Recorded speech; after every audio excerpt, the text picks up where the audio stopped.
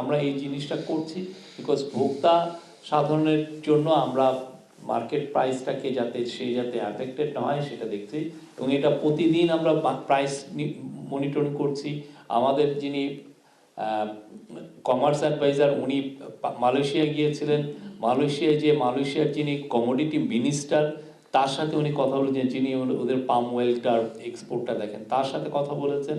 আমরা ব্রাজিল এবং আর্জেন্টিনায় আপনি জানেন সয়াবিনটা আসে, সেটা আমরা মার্কেটটা মনিটর করছি খুব ইন্টেন্সিভলি এবং আপনি খুব দ্রুত দেখবেন যে আমাদের যে এই মার্কেটটা মনিটর করা বা এই যে কোম্পানিগুলো আসলে মার্কেটে কোনো ফাউল প্লে করছে কিনা মার্কেট থেকে, এটার জন্য বাইরে যেটা করে সেটা হচ্ছে যে একটা কম্পিটিশন কমিশন এটা দেখে।